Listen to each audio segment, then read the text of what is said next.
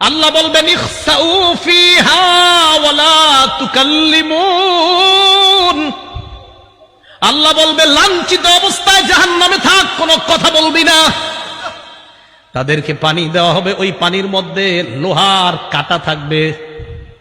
এই লোহার কাঁটাযুক্ত পানি যখন তাদেরকে দেওয়া হবে, ফাইদা দানাত মিন ওয়াজুহিহিম, এই লোহার কাঁটাযুক্ত পানিগুলা যখন মুখের সামনে নেওয়া হবে, এত গরম পানি, পানির গরমে শাওয়াত উজুহাহুম, পানি পান করবে না, পান করার আগে শুধু গরমে ওই গরমটা তাদের চেহারা জ্বালায়া দিবে।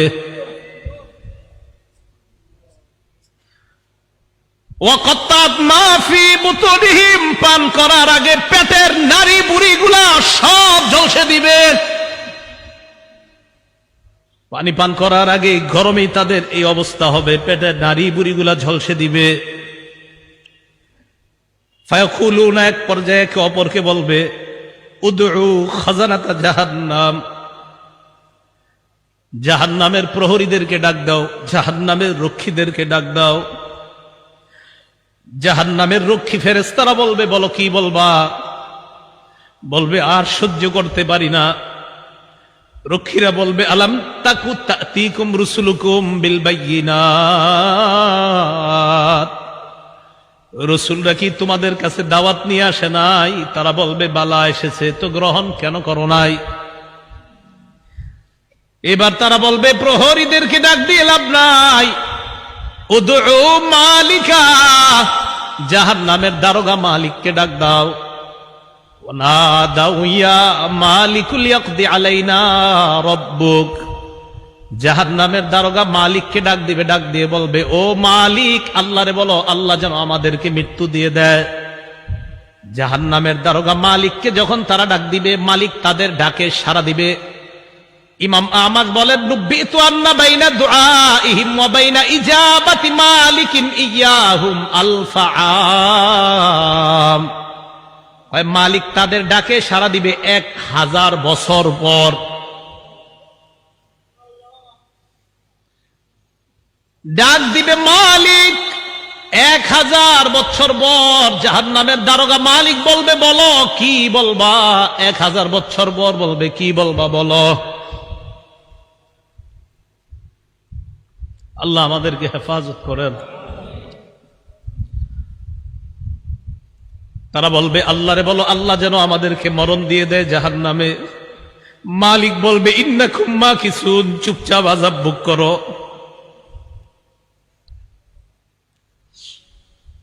এবার তারা বলবে জাহান্নামীর প্রহরীদেরকে ডাক দিয়ে লাভ হয় নাই, মালিককেও ডাক দিয়ে লাভ হয় নাই। উদউ রাব্বাকুম ইখাফফিফ আন্না ইয়াওমান মিনাল আযাব, রবকে ডাক দাও, রব আমাদের আযাব হালকা করে দিবে। কেন না রবের চাইতে দয়ালু আর কেউ না। এবার তারা ডাক দিবে আল্লাহকে। আল্লাহকে ডাক দেওয়ার পর তারা বলবে, সূরা মুমিনুনের মধ্যে আল্লাহ বলেন রব্বানা গালাবাত আলাইনা শিকওয়াতুনা, তারা ডাক দিয়ে বলবে আল্লাহ আমাদের হতভাগ্য, আমাদের দুর্ভাগ্য আমাদের উপর বিজয় লাভ করছে। দুর্ভাগ্যদের অন্তর্ভুক্ত হওয়া যাবে না। আপনি জানেন না এই আয়াতটা আমি কতবার তেলাওয়াত করি, যখন সামনে আসে আমার এই আয়াত, কি অবস্থাটা হবে। জাহান্নামীরা বলবে আল্লাহ আমাদের দুর্ভাগ্য, আমরা দুর্ভাগা হওয়ার কারণে আজকে আমাদের উপর, আমাদের এই দুর্ভাগা হওয়াটা আমাদের উপর বিজয় লাভ করছে। দুনিয়াতে আপনার কথা শুনি নাই। ওয়া কুন্না কওমান দাল্লিন, আল্লাহ আমরা ছিলাম পথভ্রষ্ট সম্প্রদায়। রব্বানা আখরিজনা মিনহা, আল্লাহ আমাদেরকে বের করে দেন না এখান থেকে। ফাইন উদনা ফাইন্না যালিমুন, আল্লাহ একবার বের করে দেখেন, আমরা যদি আর খারাপ কাজ করি আমরা জালেম, আমরা আর খারাপ কাজ করব না। এই কথা বলার পর আল্লাহ যেই জবাবটা দিবেন, আল্লাহ বলবেন ইখসাউ ফিহা ওয়ালা তুকাল্লিমুন, আল্লাহ বলবে লাঞ্ছিত অবস্থায় জাহান্নামে থাক, কোনো কথা বলবি না।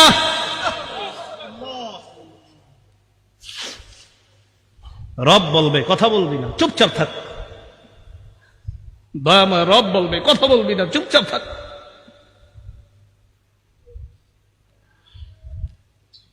আমি তোমাদেরকে কি সতর্ক করি নাই? আপনারা জানেন যে ফেরেশতারা এটা বলছেন আল্লাহ যখন বলবে লাঞ্ছিত অবস্থায় চুপচাপ কোনো কথা বলবি না। বহুত পেরেশানির মধ্যে পড়ে যায় আয়াত যখন পড়ি। রব যখন বলবে কোনো কথা নাই, কি অবস্থা হবে? তাই বলছিলাম দুনিয়া থেকে নিরাপত্তা নামা নিয়ে যাওয়া, নিরাপত্তা নামা যদি নিয়ে না যাইতে পারি ঠকে গেলাম, হতভাগা হয়ে গেলাম। আল্লাহ সকলকে সৌভাগ্যবানদের কাতারে শামিল হওয়ার তৌফিক দান করেন। তো আল্লাহ বলবে ইখসাউ ফিহা ওয়ালা তুকাল্লিমুন, কথা বলবা না, থাকো। তো বলছিলাম ওই যে দরিহ, এই দরিহ নামক খাদ্য দেওয়ার পর এরপরে দেওয়া হবে কাঁটাযুক্ত খাদ্য, গুচ্ছ জাতীয় খাদ্য। গলা আটকানোর পর বলবে পানি দাও। তো পানি দিবে, পান করবে কি চেহারার সামনে নীতি, চেহারা ঝলসে যাবে, পেটের সব ঝলসে যাবে। তখন তারা ফেরেশতা ডাক দিবে, জাহান্নামের প্রহরী ডাক দিবে, মালিককে ডাক দিবে, আল্লাহকে ডাক দিবে। সবাই তো একটা একটা বলবে, প্রহরীরা বলবে রসুল আসে নাই, আর মালিক বলবে 1000 বছর পর চুপচাপ আযাব বুক করো, তাও তো একটু কথা বলবে। আল্লাহ কি বলবে দেখেন, লাঞ্ছিত অবস্থায় থাকো, কোনো কথা নাই, থাকো। রব যদি বলে কথা নাই তখন তো শেষ। তো বলছিলাম দরিহ লা ইউসমিনু ওয়া লা ইউগনি মিন জু'। কয় দরি নামক খাদ্যটা কেমন জানো? এটা পুষ্টিও যোগায় না, ক্ষুধাও নিবারণ করে না। আচ্ছা আমরা খাদ্য খাই কেন বলেন তো? হয়তো পুষ্টি বাড়ার জন্য, না হয় যেন ক্ষুধা নিবারণ হয়। আল্লাহ বলে লা ইউসমিনু, দরি নামক খাদ্য পুষ্টিও যোগাবে না, ক্ষুধাও নিবারণ করবে না। কিছু মনে করবেন না, পৃথিবীর একটা খাদ্য আছে যেই খাদ্যটা অ্যাভেলেবল মানুষ খায়, যেটা তার পুষ্টিও যোগায় না, ক্ষুধাও নিবারণ করে না। হুজুর কি এটা? মাশাআল্লাহ, ধূমপান। কি পান? ধূমপান। এটা পুষ্টিও যোগায় না, ক্ষুধাও নিবারণ করে না। বুঝা যায় দুনিয়ার ধূমপান জাহান্নামের দড়ির সাথে অনেকটা মিলে যায়। কি জি? জোরে কর না জি, সবাই শোনায় করেন, শুনতে হবে তো। আপনাদের মুসল্লি যারা আছে এগুলোর দিকেও তাকায় বলেন কি ঠিক আছে? দড়ি যেটা পুষ্টিও যোগায় না, ক্ষুধাও নিবারণ করে না। তো আমি কিন্তু বলছি না, আপনারাই বলছেন, আমি কিন্তু প্রথমে বলি নাই ধূমপান, আপনারাই বললেন এই খাদ্যটা কি, এটা পুষ্টিও যোগায় না, ক্ষুধাও নিবারণ করে না। তো আপনারা এবার মিলান এটার সাথে কোনটা মিলে। এরপরেও যদি কেউ ধূমপান করে কি করা? আল্লাহ হেফাজত করেন। তাহলে দরি নামক খাদ্য পুষ্টিও যোগায় না, ক্ষুধাও নিবারণ করে না। তো আমরা দেখছি যে এটার সাথে একটা খাদ্যের মিল আছে। আর আমি মাঝে মাঝে অবাক হই, ধূমপানের প্যাকেটের মধ্যে লেখা থাকে ধূমপান মৃত্যু ঘটায়। লেখা আছে, মনে করেন লেখা আছে মৃত্যু ঘটায়, মানে আমি দেখতেছি লেখা মৃত্যু ঘটায়, এরপরেও টান দিতেছি, মানে কি?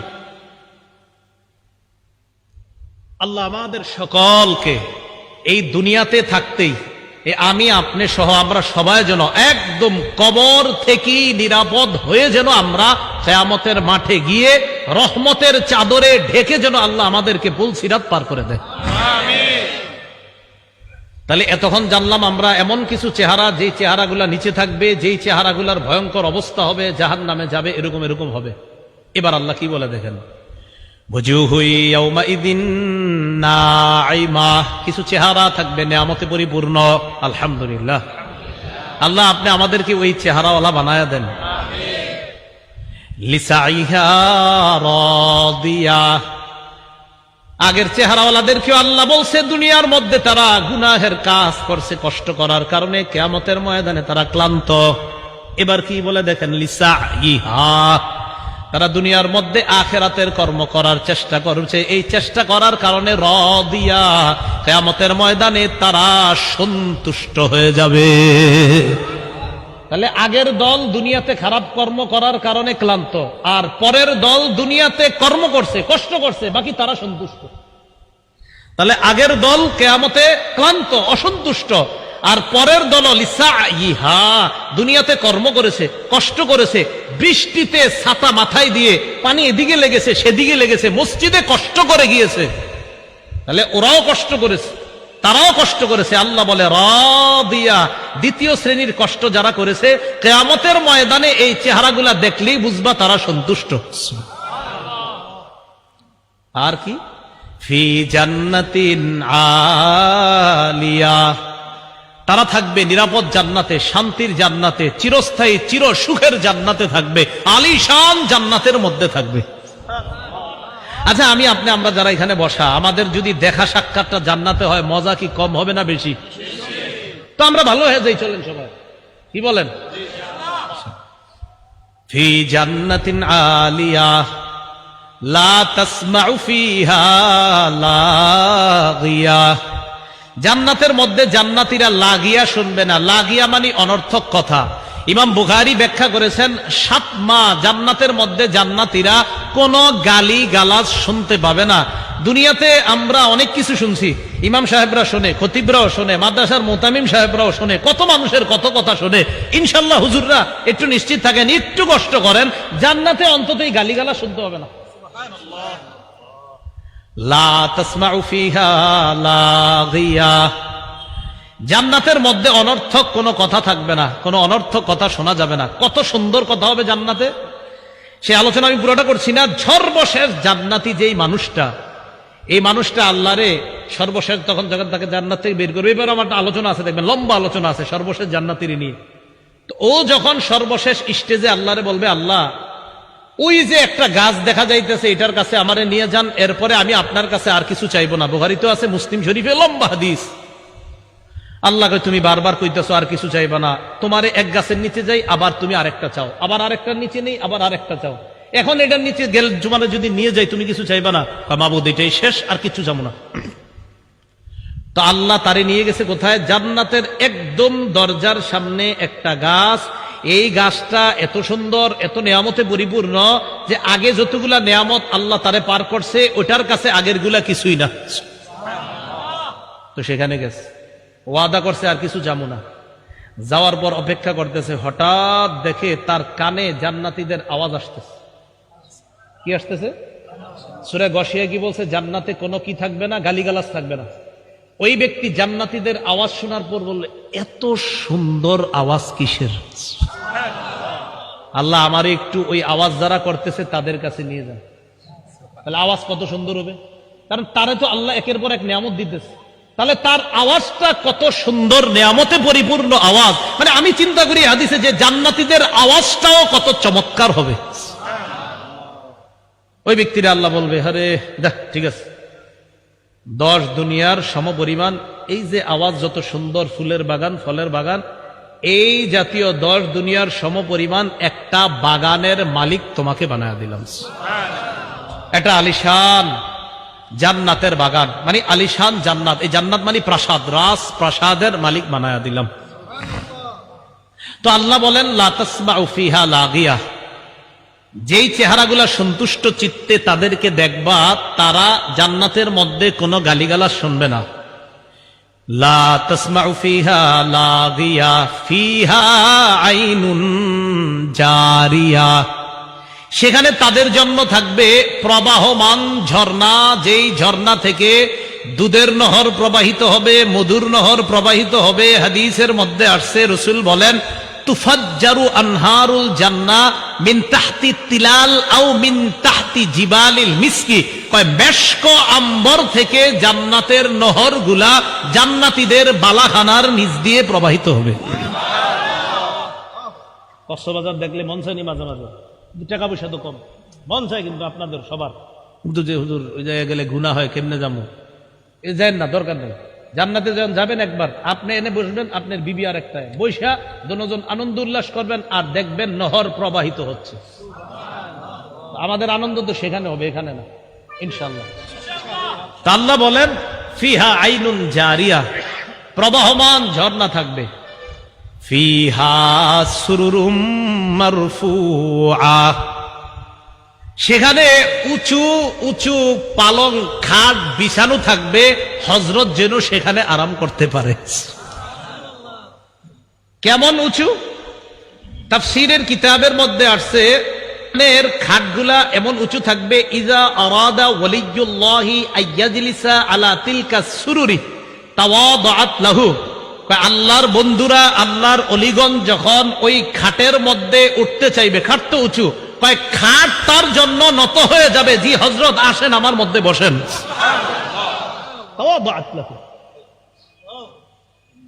ফিহা সুরুরুম মারফুআতু ওয়া আকওয়াবুম মাওদুআ।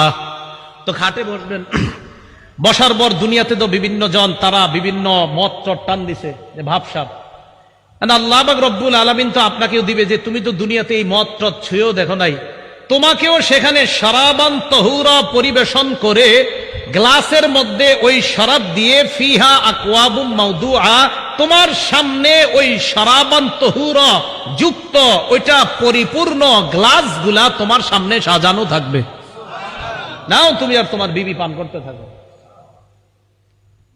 এজন্য বলছি একবার চলেন, কষ্টে কোনো মতে যাই, তাই গুনাহ করা যাবে না, ঠিক আছে না? ইনশাআল্লাহ গুনাহ আজকে থেকে ছেড়ে দেব ইনশাআল্লাহ। কালকে এই মুহূর্তে আমি যে কবরে থাকতে পারি, আপনি কবরে থাকতে পারেন, তো কি দরকার আছে? যেহেতু মরে যাবই, তো কষ্ট কোনো মতে গুনাহ থেকে বাঁচি, বাস গুনাহ থেকে বাইচা মরবো ইনশাআল্লাহ। ওয়া নামারিকু মাসফুফা, তো খাটে বসে রয়েছেন আপনি, আর সামনে আপনার গ্লাস টালাস দেওয়া, এখন আপনি শরাবান তহুরা পান করবেন, তো একটু হেলান দেওয়া তো দরকার। আল্লাহ বলে ওয়া নামারিকু মাসফুফা, আরে কোনটা হেলান দিবা? সারি সারি বালিশ বিছানো থাকবে।